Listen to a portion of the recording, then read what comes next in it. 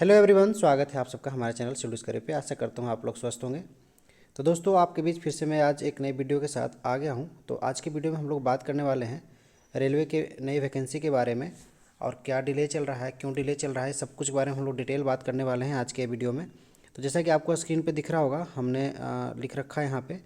और अब तक तो कोरोना का तीसरा वेरिएंट भी आ गया दोस्तों, लेकिन जो नहीं आ पा रहा है वो है हमारा रेलवे का वैकेंसी। तो ये बहुत ही दुखदाई हो चुका है काफ़ी एस्पिरेंट के लिए, जिनके लिए रेलवे एक ड्रीम जॉब हुआ करता है। और सबके लिए रेलवे ड्रीम जॉब होता है, जो भी खास करके इंजीनियरिंग बैकग्राउंड के बच्चे हैं उन सब के लिए तो रेलवे बहुत ही ज़्यादा ड्रीम जॉब होती है।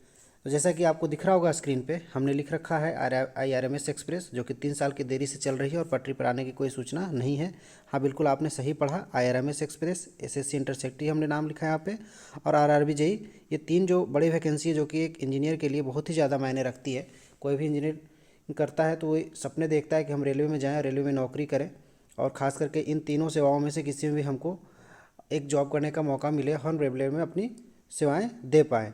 लेकिन बहुत ही अफसोस के साथ आप सबको बताना पड़ता है बार बार कि अभी भी डिले चल रही है, और अभी भी कोई सूचना, एक जो प्रॉपर इन्फॉर्मेशन है या कोई ऑफिशियल इन्फॉर्मेशन है, अब तक रेलवे ने अपने तरफ से जारी नहीं किया है। और बिल्कुल नहीं बता पाया है अब तक रेलवे कि वो कब वैकेंसी निकालेगा, कब इन सारे पेपरों को कंप्लीट करवाएगा। तो ये सब कुछ के बारे में आज हम लोग डिटेल में बात करने वाले हैं कि क्या कुछ अब तक हुआ है इन वैकेंसीज़ में और क्या कुछ होने वाला है। तो चलिए बिना देरी किए हम आज की वीडियो को स्टार्ट करते हैं। तो जैसा कि हमारा एक स्टूडेंट है, तो उस स्टूडेंट ने हमें एक प्रेस रिलीज़ दिया, जो कि अभी कुछ दिन पहले ट्विटर पे भी कैंपेनिंग करवाया गया था इन तीनों वैकेंसियों को लेकर के। एक हैशटैग चलाया गया था और उस हैशटैग में इन तीनों वैकेंसीज़ के डिले के बारे में, और वो जो ट्वीट है, उस दिन जो ट्वीट है काफ़ी टॉप पे भी रहा था। और लेकिन उसके बावजूद कोई ख़ास रिस्पॉन्स गवर्नमेंट की तरफ से स्टूडेंट्स को मिला नहीं अब तक। तो उस स्टूडेंट जिसको मैं क्रेडिट देना चाहूँगा, उस स्टूडेंट के क्रेडिट के मैं देना चाहूँगा यहाँ पे, और उन्होंने ही मुझे पूरा टाइमलाइन दिया है कि सर आप अपने चैनल पे इसको डालिए और मुझे बताइए सारे बच्चों को कि किस तरीके से रेलवे जो है डिले पे डिले करते जा रही है इन सारी वैकेंसियों को। तो चलिए, जो उसने हमें दिया है एक PDF बना करके, और उसमें मैं बिल्कुल टाइमलाइन और एक बहुत ही एग्जैक्ट डाटा है यहाँ पे। तो हम इन सब के बारे में, तीनों ही वैकेंसी के बारे में डिटेल में बात करेंगे यहाँ पे। जैसा कि आप सबको पता है, अगर आप इंजीनियरिंग बैकग्राउंड से बिलोंग करते हैं या फिर नहीं भी बिलोंग करते हैं, तो आप लोग जान लीजिए कि रेलवे जो है वो 3 तरीके से रिक्रूटमेंट करती है इंजीनियर्स का। पहला जो है आपका है RRB JEE, railway recruitment board के थ्रू इसका नियुक्ति की जाती है। और दूसरा आपका सीनियर सेक्शन इंजीनियर, जिसकी भी नियुक्ति RRB के थ्रू ही की जाती थी। लेकिन अभी जो नया नोटिफिकेशन कुछ दिन पहले सर्कुलेट हुआ था सोशल मीडिया में, जो कि मैंने अपने चैनल पर भी डाला था, तो उसके अकॉर्डिंग अभी इस वैकेंसी को शायद SSC करवाए, लेकिन अभी तो कोई ऑफिशियल सूचना नहीं है, तो हम इसके बारे में कोई कमेंट नहीं करेंगे फिलहाल। तो चलिए मैं पहली वैकेंसी के बारे में बात कर लेता हूँ, RRB JEE, जो कि ग्रेड पे 4200 की है, और जिसकी अंतिम जो रिक्रूटमेंट नोटिफिकेशन आया था वो 2018 में आया था, और उसके बाद कोई नया रिक्रूटमेंट अब तक नहीं आया है। दूसरा जो है हमारा सीनियर सेक्शन इंजीनियर, जिसके लिए बीटेक वाले एलिजिबल होते हैं, और जो RRB JEE है इसमें डिप्लोमा वाले हमारे एलिजिबल होते हैं। डिप्लोमा और बीटेक दोनों ही एलिजिबल होते हैं, लेकिन बेसिकली इसे खास करके डिप्लोमा वालों के लिए होता है। नेक्स्ट हम लोग बात करते हैं सीनियर सेक्शन इंजीनियर, जिसमें बीटेक अप्लीकेबल होते हैं। पहला कोई पोस्ट है रेलवे का जिसमें बीटेक अप्लीकेबल होते हैं, यहाँ से स्टार्ट हो जाता है बीटेक वालों के लिए। तो इसके जो ग्रेड पे है ये 4600 का होता है। अब रिसेंटली नया जो गैजेट आया है उसके अकॉर्डिंग इसको 4800 का कर दिया गया है। अंतिम जो नोटिफिकेशन आया है इसका 2015 में आया है, और 2015 के भी मई से जून मंथ में आया था, जिस कारण से 2015 पास आउट बहुत सारे बच्चे इस वैकेंसी को नहीं फिल कर पाए थे। तो मैं अगर आपको डिटेल में बताना चाहूँ तो ये आप ऐसा कह सकते हैं कि हाँ, 2014 के बैच के बाद वाले बच्चों ने, बहुत सारे बच्चों ने इस फॉर्म को अब तक डाला ही नहीं है। जो 2014 के बाद पास आउट हुए हैं उनमें से बहुत सारे स्टूडेंट्स को तो इस फॉर्म को फिल करने का मौका ही नहीं मिला है।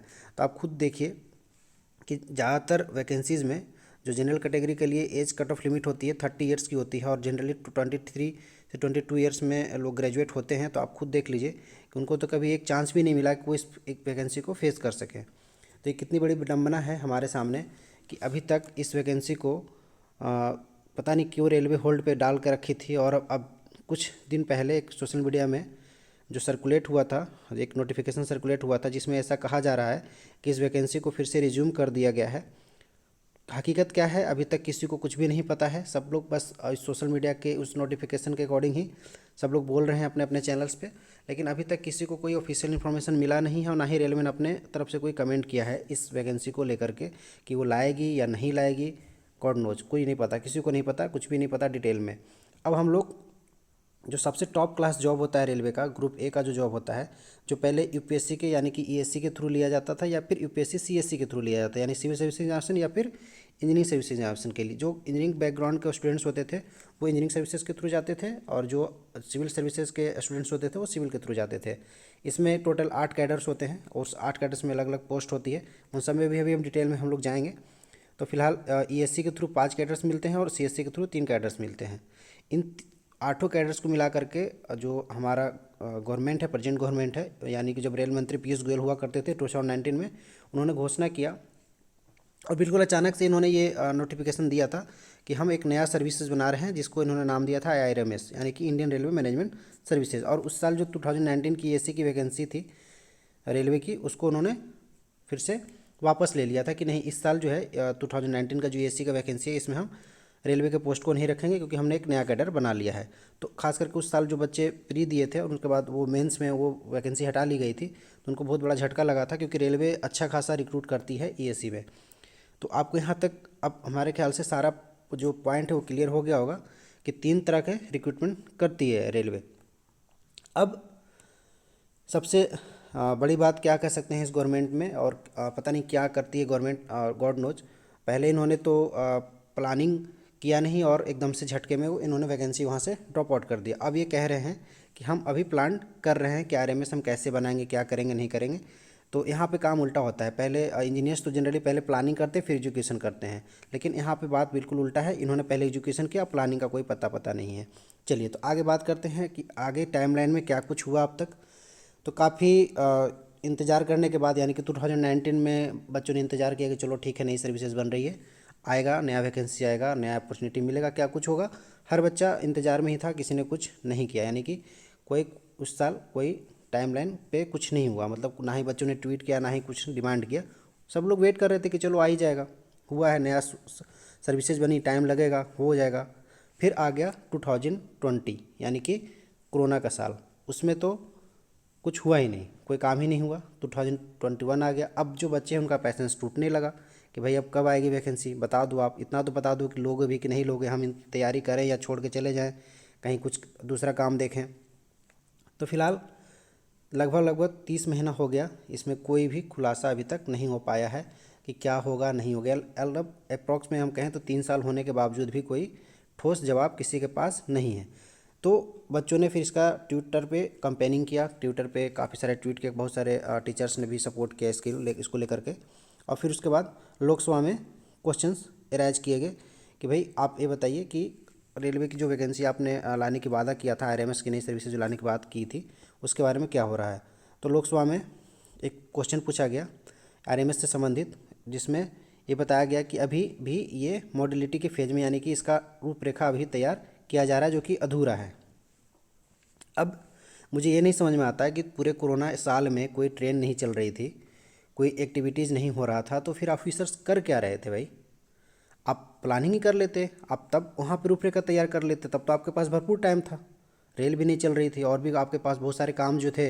आप कोई मतलब कि जो आपका पैसेंजर उनके साथ कोई इंटरेक्शन नहीं हो रहा था, तो आप आसानी से बैठ करके आराम से अपना वर्क कर सकते थे, लेकिन किया नहीं, कुछ नहीं किया। आगे बढ़ते हैं।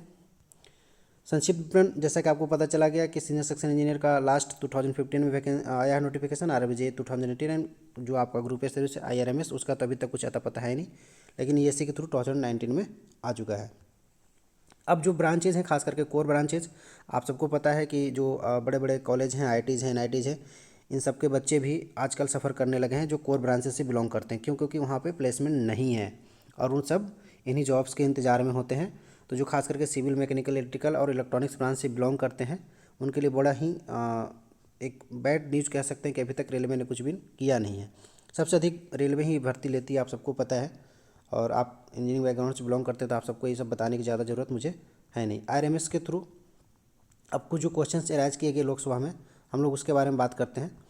तो government of India, ministry of railway, Lok Sabha, question number जो अनस्टार्ड क्वेश्चन थे 608, जो कि पूछा गया था, अभी जो लोकसभा हमारा चल रहा है उसमें क्वेश्चन पूछा गया था श्री संगमुआ सुंदरम के और श्री बिलसुमय P के द्वारा, जो कि अपोजिशन के लीडर हैं, उनके द्वारा एक क्वेश्चन पूछा गया लोकसभा में। तो उन्होंने कुछ पॉइंट्स रखे, क्या क्या पॉइंट में उन्होंने क्वेश्चंस पूछे थे। तो पहला पॉइंट उन्होंने पूछा कि the government has decided to merge 8 different services of railway to create one single services clubbing all the services into one. पहला उन्होंने क्वेश्चन का पॉइंट था कि भाई आपने जो डिसाइड किया था 8 सर्विसेज को मिला करके एक नया सर्विसेज बनाने का, तो उसके बारे में बताएं। दूसरा था कि अगर ऐसा कुछ है तो इसका डिटेल हमें बताएं कि क्या है।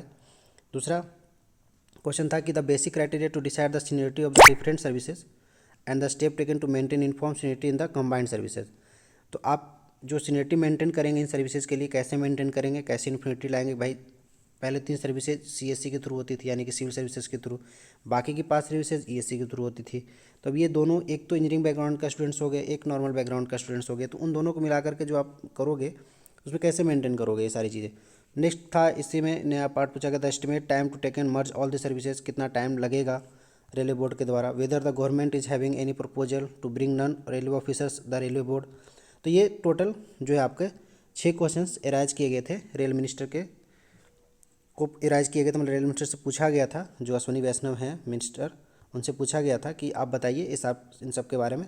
तो अश्विनी वैष्णव, जो श्री अश्विनी वैष्णव जी हैं, जो रेलवे माननीय रेल मंत्री हैं, उन्होंने जो जवाब दिया ए टू डी जो पॉइंट थे, ए टू डी जो आप, मैं आपको फिर से ऊपर से दिखा देता हूँ, ये जो ए टू डी पॉइंट का इन्होंने एक जवाब दिया है यहाँ पे।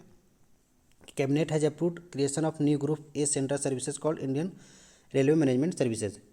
कैबिनेट ने अप्रूव किया है जिसमें एक रेलवे मैनेजमेंट सर्विसेज बनाया गया है, which is at the stage of working out modalities, यानी कि अभी भी ये अंडर फंक्शनिंग है ना। आप रोड पे चलते हो ना, बोर्ड लगा दिया जाता है अंडर मेंटेनेंस, असुविधा के लिए हमें खेद है।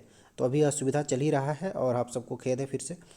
और जो ई और सी एफ जो आने की जो क्वेश्चन नंबर 5 और 6 थे, उसका इन्होंने दिया है कि भाई हमने ये 8 सर्विसेज हैं, ये जो सारे पोस्ट हैं, और at present the flowing post railway are filled up by non railway officers, यानी कि अभी जो पोस्ट हैं इनको नॉन रेलवे ऑफिसर्स के द्वारा फील्ड किए जा रहे हैं, और आइदर डिपुटेशन बेसिस अगेंस्ट इन कैडेट पोस्ट और रिस्पेक्टिव मिनिस्ट्री, या तो हम डिपुटेशन बेसिस पे इसको फिल करें। डिपुटेशन बेसिस कहने का मतलब हुआ कि जैसे कोई इंजीनियर है जो CPWD में काम कर रहे हो, तो इनको डिपुटेशन बेसिस पे ला करके रेलवे में लगा दिया गया है।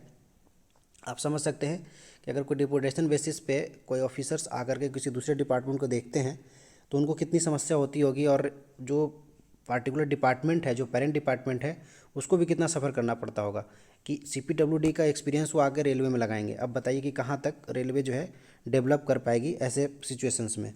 चलिए आगे बात करते हैं। ये 8 पोस्ट जो होते हैं, हमारे 8 तरीके के जो पोस्ट होते हैं इंडियन रेलवे सर्विसेज में। तो इनमें आपका director general railway protection force, Indian police service जिसको बोलते हैं, ठीक है, director vigilance police, additional director general police, senior economic adviser, ये सारी चीज़ें इन्होंने यहाँ पे दिया कि ये 8 सर्विसेज को हमने जो होते हैं उनसे ये सब डिपुटेशन पे हम ला रहे हैं ऑफिसर्स को। मतलब ये जो बाकी इंडियन इकोनॉमिक सर्विसेज से, Indian economics director economic unit से, डिप्टी डायरेक्टर से, इन सब से ला करके हम यहाँ पे फिल कर रहे हैं ये सारे डिपुटेशन पे पोस्ट। आगे इसी का मैं एक हिंदी वर्जन है, इसी जो क्वेश्चन पूछा गया था आतरांकित प्रश्न संख्या 608 जो पूछा गया था, इसका हिंदी वर्जन है, वो मैंने आपको इंग्लिश में दिखाया था। अभी हिंदी वर्जन इसी क्वेश्चन का है कि श्री सेन सन्मुख सुंदरम श्री P वेलुस्वामी के द्वारा जो पूछा गया था कि क्या रेल मंत्री ये बताने की कृपा करेंगे कि सरकार ने सभी सेवाओं का विलय करते हुए एकल सेवा बनाने के रेलवे की 8 अंतर सेवाओं को मिलाने का निर्णय लिया है। यदि हाँ तो तत्संबंधी ब्यौरा क्या है, भिन्नता की वरिष्ठता तथा तय करने के बुनियादी मानदंड क्या है, और संयुक्त सेवा में एक समान वरिष्ठता बनाए रखने के लिए क्या कदम उठाए गए हैं। सही सेवाओं के विलय और रेलवे गठन में लगने वाला अनुमान समय क्या है, और क्या सरकार के पास रेलवे बोर्ड में वितरण अधिकारी रहने कोई प्रस्ताव है, और हाँ तो तत्संबंधी ब्यौरा दें। तो इन्होंने जो आंसर दिया था इसका हिंदी वर्जन में पढ़ दे रहा हूँ कि मंत्रिमंडल ने रेल परिवहन सेवा के नाम से एक नई समूह बनाई है। केंद्रीय सेवा के सृजन को अनुमोदित कर दिया गया, जिसके तौर तरीके निर्धारित करने के चरण में है, यानी कि अभी अंडर प्रोसेस है, अभी तक कुछ हुआ नहीं है। वर्तमान में रेलवे बोर्ड निम्नलिखित पदों और गैर रेलवे अधिकारियों द्वारा प्रतिनियुक्ति के आधार पर संबंधित मंत्रालय के समीकृत पदों के तहत भरा जाता है। यानी कि मैंने ऊपर जैसे बताया कि बाकी जो सर्विसेज होते हैं, जो सिविल सर्विसेज वाले पोस्ट होते हैं, उनके थ्रू अभी यहाँ पे डिपुटेशंस के बेसिस पे ला करके जो खाली पोस्ट है उनको फिल किया जा रहा है, उनसे काम लिया जा रहा है। तो आप समझ सकते हैं इनमें से कोई भी पोस्ट आपको इंजीनियरिंग बैकग्राउंड का नहीं दिख रहा होगा, यानी कि वरिष्ठ आर्थिक सलाहकार, आर्थिक सलाहकार, निदेशक, ये सारी चीज़ें हैं। तो अब आप खुद समझ सकते हैं कि वस्तु स्थिति क्या है और क्या अभी करेंट सिचुएशन चल रहा है। तो ये सब कुछ जो था एक हमारे स्टूडेंट्स के द्वारा हमको शेयर किया गया था, तो मैं उन्हीं के प्रेस नोट को यहाँ पे आपके सामने लेकर के आया था। तो ये यहाँ पे मैं अगर अब कॉन्क्रीट में आपसे बोल दूँ तो अभी फ़िलहाल कोई न्यूज़ नहीं है कि कब वैकेंसीज़ आएगी, और जब तक कोई कॉन्क्रीट न्यूज़ नहीं आता है तब तक हम भी आपको नहीं बता पाएंगे कि कब वैकेंसी आएगी। तो बहुत सारे बच्चे हमको कमेंट में पूछ रहे थे कि सर वैकेंसी कब आएगी, दिसंबर में आएगी कि जनवरी में आएगी। तो आई डोंट नो, मुझे नहीं पता, और अभी फ़िलहाल किसी को नहीं पता कि कब आएगी वैकेंसी। भी नहीं, मुझे तो लगता है कि रेलवे को भी नहीं पता अभी कि वो कब वैकेंसी देने वाले हैं। तो आप लोग लगे रहिए, ट्वीट करिए, पूछिए अपने रिलेटेड मिनिस्टर से, आप आसपास के जो आपके लीडर्स हैं उनको भी कहिए कि वो इस तरीके से क्वेश्चन राइज करें लोकसभा में या विधानसभा में। तो इस तरीके से कुछ ना कुछ सरकार के ऊपर शायद कुछ प्रेशर बने तो वो कुछ नया वैकेंसीज लाने का कोशिश कर सकें। तो यही था दोस्तों आज का अपडेट, अभी तक इतना ही फ़िलहाल हुआ है। तो धन्यवाद आपको लास्ट तक हमारा वीडियो देखने के लिए। अगर आपको वीडियो अच्छा लगे तो हमारे चैनल को सब्सक्राइब जरूर कर दीजिएगा, और इस वीडियो